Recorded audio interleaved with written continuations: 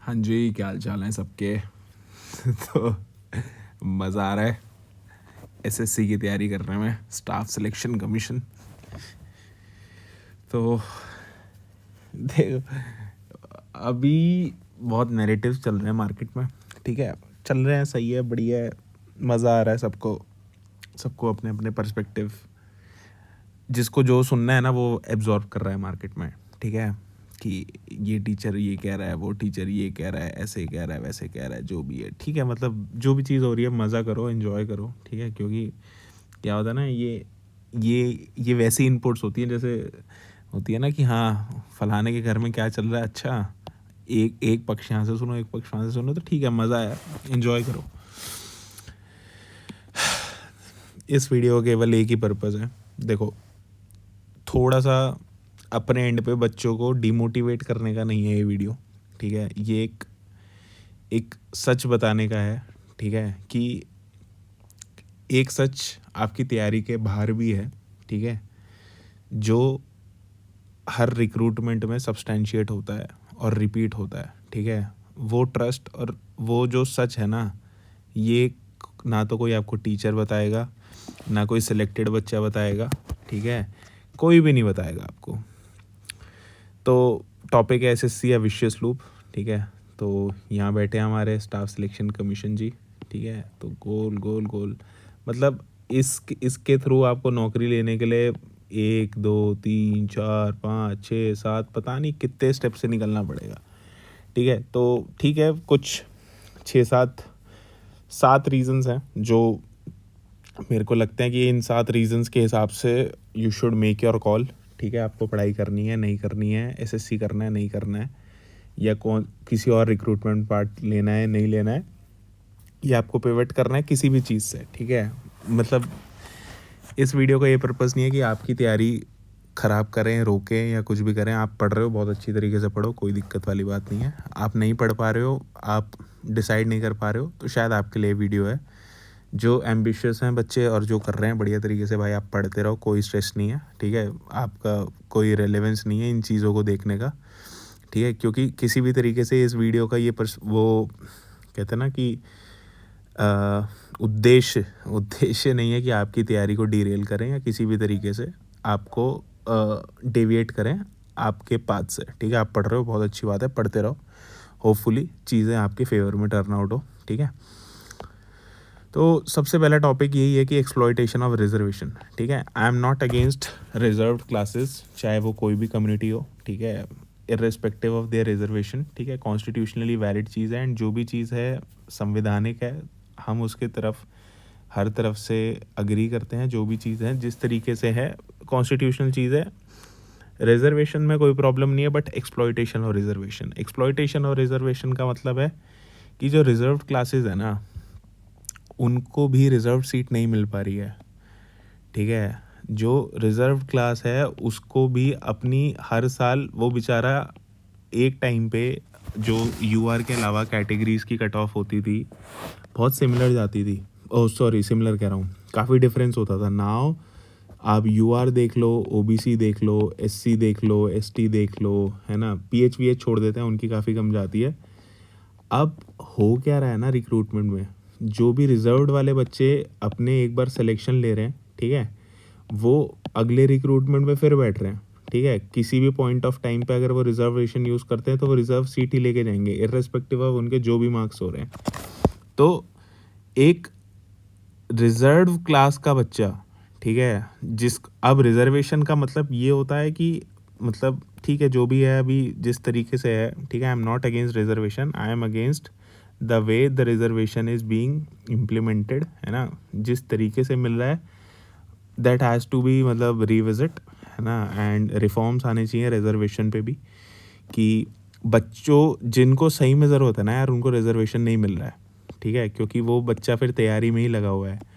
क्योंकि देखो, रिजर्वेशन में एक ये होता है कि यार ठीक है, बच्चा उतना स्कोर नहीं कर पाता है या जो भी रीज़न है ना, अगर उसको एक एडवांटेज है तो वो हमेशा एक थ्रेशोल्ड से बिना नीचे ही स्कोर करता है, या उसको रहता है कि इतने में हो जाएगा। बट प्रॉब्लम ये नहीं है, प्रॉब्लम ये है कि एक रिजर्व्ड बच्चा जो इस साल नौकरी ले गया है, ठीक है, ये रिजर्व क्लास का बच्चा जो इस साल नौकरी ले गया है, ये अगले साल की नौकरी में फिर बैठ रहा है।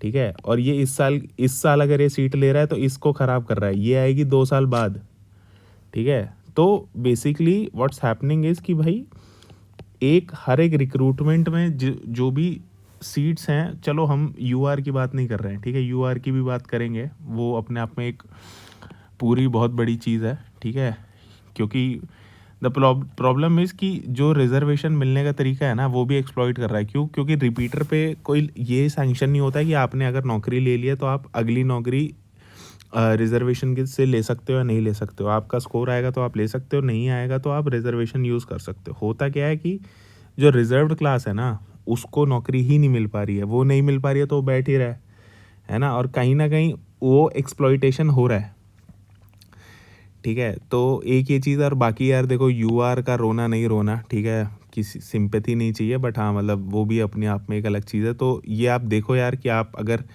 इस ट्रैप में फंसे हुए हो, है ना, निकल सकते हो तो निकलो, नहीं तो मतलब अंडरस्टैंड दिस कि क्या ये एक फैक्टर है जो आपके किसी भी उसको करप्शन, ठीक है, 25 में आपने बहुत चीज़ें देख ली, ठीक है, 2023 में इनफैक्ट 22 में ही शुरू हुआ था, कुछ क्वेश्चन में बोनस हुआ था, है ना, 23 में 7 क्वेश्चन चेंज करे, 24 में 19 करे, 25 में तो जो है आपके सामने है। कुछ अनऑफिशियल रिसोर्सेज से पता भी चला है, सब ट्रेंडिंग वगैरह हुई है, बट ठीक है, अभी वो मतलब इट्स नॉट बीन प्रूव्ड, है ना, तो अभी सब हाइपोथेसिस है, जिनके पास प्रूफ हैं वो अपने पास रखे बैठे हैं, पता नहीं किस चीज़ का इंतज़ार कर रहे हैं, बट ठीक है, ठीक है। मैल प्रैक्टिसेस देखो, करप्शन एक तो लीक हो गया, ठीक है, स्क्राइब हो गया, ठीक है, सॉल्वर हो गया, फिर एसएमई रिपोर्ट जो बनती है फाइनल आंसर की वाली वो कॉम्प्रोमाइज़ हो गई, ठीक है, और उसके ऊपर फिर सेटर हो गए, ठीक है, फिर सेंटर्स बुक हो गए, ठीक है, लैब बुक हो गई, मतलब ऐसी ऐसी चीज़ें है ना आप नहीं गेस कर पाओगे। तो ये मतलब बहुत इरिटेटिंग फैक्टर है, ठीक है, मतलब जो चीज़ है आपको देखना है कि आपका जिस भी आप रिजर्व्ड या अनरिजर्व्ड कैटेगरी में आते हो, है ना, उसमें आपके पास जितनी सीट्स बचती हैं उसके अलावा अगर आप इन सब चीज़ों से आपको लगता है कि हाँ फाइट करके आप कर जाओगे, तैयारी कर जाओगे, तो बिल्कुल करो यार, मतलब नो डाउट इन दैट, पढ़ो आप अच्छे से। रिपीटर्स लेवरेजिंग देयर कन्वीनियंस हर साल का है, ठीक है।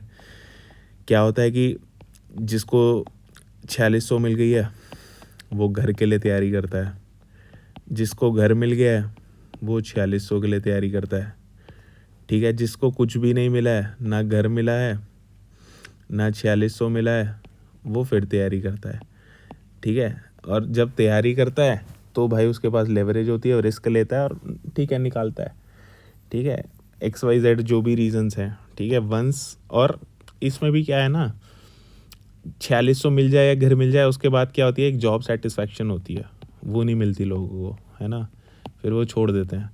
सबको पहले हवाबाजी लगती है कि हाँ यार GST के लिए बने हम, है ना, या CSS के लिए बने या फलाने के लिए बने हैं, बट 1-2 साल काम करते हैं, काम समझ नहीं आता, भागो छोड़ो फिर तैयारी करो।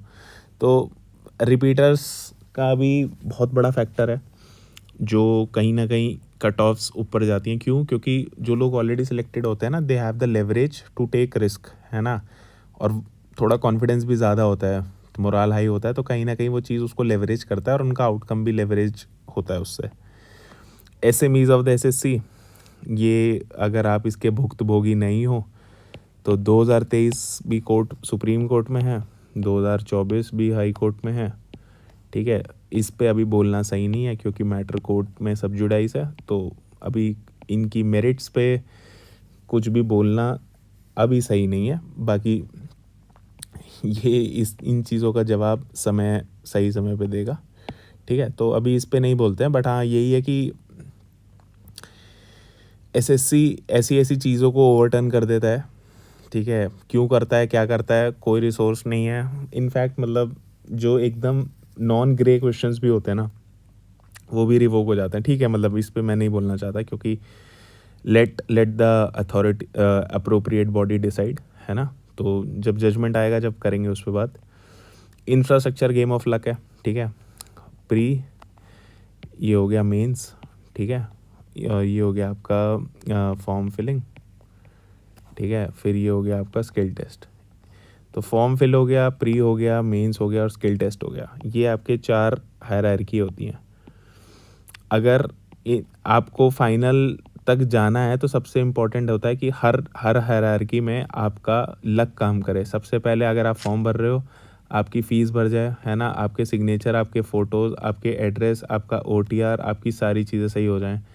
प्री में आपको सेंटर सही मिल जाए। सेंटर सही मिलने से सबसे इम्पोर्टेंट है कि आपका सिस्टम सही चले। सिस्टम सही चलने के बाद आपका एग्ज़ाम हॉल में इन्विजिलेटर्स आपको डिस्टर्ब ना करें, आपका पेन सही चलता रहे, रफ शीट आपको मिल जाए। एग्ज़ाम के बीच में आपकी जितनी भी वो कॉपीज़ वगैरह हैं उसमें आपको टाइम वेस्ट ना करें, आपकी अटेंडेंस ना ले, मतलब मल्टीपल फैक्टर्स, ठीक है। सिमिलरली फॉर मेंस ये जितने भी फैक्टर्स प्री के हैं।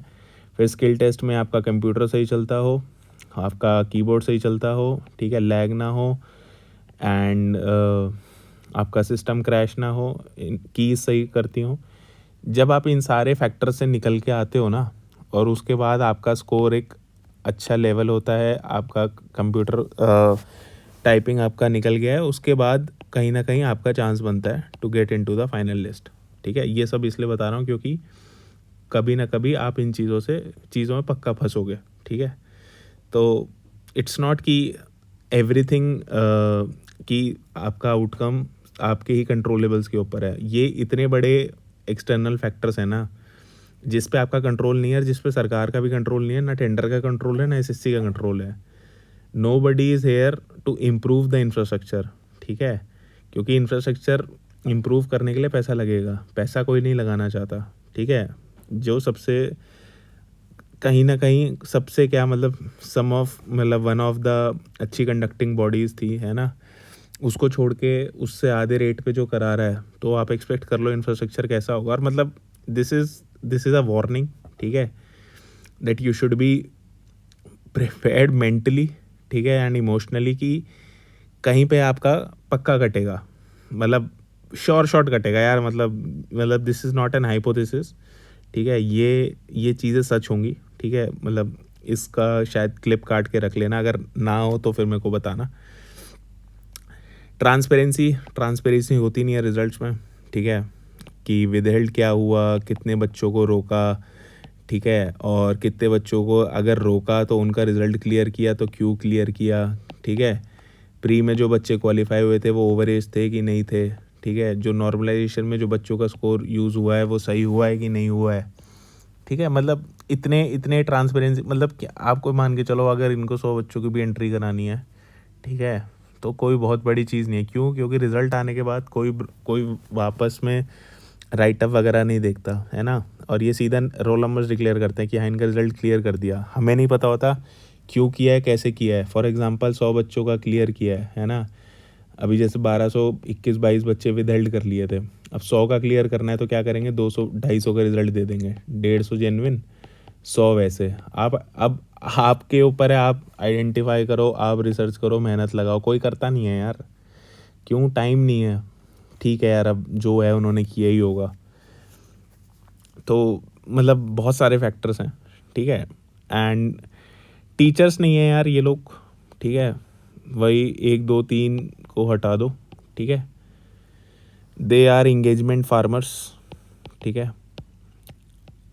इन चीज़ों से उनको इंगेजमेंट फार्मिंग करनी है, ठीक है, उनको रीच बढ़ानी है, उनको इंटरव्यूज़ देने हैं,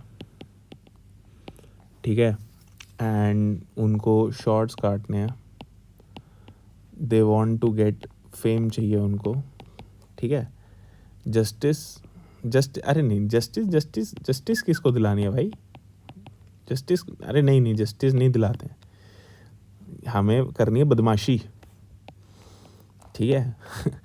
इनको यूट्यूब पे आके काला सच बताना है, ठीक है, सबको आके अपना पर्सपेक्टिव बताना है, ये सारी चीज़ें करनी है, सबको करनी है, ठीक है। फिर बाद में एक इमोशनल वीडियो भी बनानी है कि हम समझ रहे हैं कि हाँ आपके साथ क्या हो रहा है। बच्चों से फिर माफ़ी मांगनी है। अभी सुनने में आ रहा है बच्चों पे FIR हुई है, but it's yet to be verified, ठीक है। एंड क्या होता है कि एक एक चीज़ मेरी सब टीचर से, अगर ये वीडियो पहुंचती है किसी भी उससे, ठीक है, मैं यहाँ पे ये मेरे पास 3 ही सवाल हैं, ठीक है, 2023, 2024, 2025, ठीक है, इसमें 7 क्वेश्चन, इसमें 19 क्वेश्चन, और ये अभी हुआ नहीं है, ठीक है। सबको पता है ये 7 क्वेश्चन में कितनी बड़ी धांधली हुई है, सबको पता है इन 19 क्वेश्चन में कितनी बड़ी धांधली हुई है, ठीक है। बट बात किस पे हो रही है, जो चीज़ अभी हुई नहीं है, ठीक है। इन चीज़ों पे टीचर्स का सपोर्ट क्यों नहीं है? अगर इन चीज़ों पे टीचर्स का सपोर्ट नहीं है, इसका मतलब क्या है? टीचर सपोर्ट करते हैं रिजल्ट को। क्यों भाई? अब मैं बताता हूँ आप क्यों सपोर्ट करते हो। आप टेस्टिमोनियल डालते हो, आप इंटरव्यू लेते हो बच्चों का। अभी मिस्टर आरजी भाई साहब की वीडियो आई है कि 2023 में उन्होंने क्या किया था, सबसे पहले ट्विटर कैंपेन करी थी, ये उनके शब्द हैं, ठीक है। आपने ट्विटर कैंपेन गलत रिजल्ट के अगेंस्ट नहीं करी थी सर, आपने करी थी फाइनल आंसर की के लिए, ठीक है। और उसके 1 हफ्ते बाद ही आपका टेस्ट इंटरव्यू आ गया था, रैंक 2 या रैंक किसी के साथ, ठीक है। एंड आप यूट्यूब पे आके बोल रहे हो हम कोर्ट गए। हम इतनी तो डिसेंसी एक्सपेक्ट कर रहे हैं। अभी तो सुप्रीम कोर्ट का वर्डिक्ट आया नहीं है, क्रेडिट लेना है आपको, ठीक है। कम से कम दूसरे टीचर्स अगर हमारी बात करते हैं वो ये तो बोलते हैं बच्चे कोर्ट गए। चलो कोई नहीं, अभी तो हम कुछ कह ही नहीं रहे, ठीक है। जब वर्डिक्ट आएगी ना, ठीक है, मैं क्या, हम लोग देखेंगे कौन कितनी वीडियोस बनाता है। वीडियो सब बनाएंगे यार, दबा के, अरे ये हो गया वो हो गया, हमने ऐसे किया वैसे किया, बस, ठीक है। उस टाइम एक चीज़ हमेशा याद रखना, प्लेटफॉर्म हमारे पास भी होगा और हल्का फुल्का नहीं होगा, ठीक है। फिर ऐसे प्लेटफॉर्म पे एलिगेशंस लगेंगे ना, वहाँ से बचोगे नहीं, ठीक है। तो बस इसको वार्निंग ही समझ लेना, क्योंकि यहाँ एक का पैसा नहीं लगा है, ठीक है। 400 बच्चा अपना बहुत मोटा पैसा लगा के बैठा है, तैयारी करने वाला बच्चा, ठीक है, डिज़र्विंग बच्चा। तो ये कुल मिला के यार सच है कि एक विशियस लूप में आप कैसे फंसे हुए हो और कैसे आप आगे तक फंसे रहोगे, ठीक है। आपको लगता है कि आप इन सब चीज़ों से निकल के you can find the magical island, है ना, please go for it, please push your self, है ना।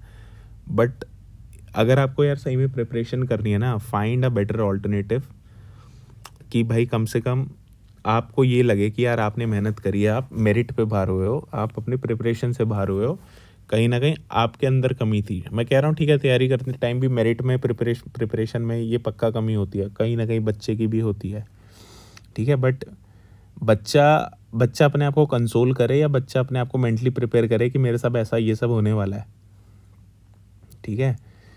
ऐसी चीज़ें हैं, मतलब हम तैयारी करते हैं अपनी फैक्ट्स और मेरिट्स को लेके, पर अल्टीमेटली फिर हमें कोर्ट जाना पड़ता है।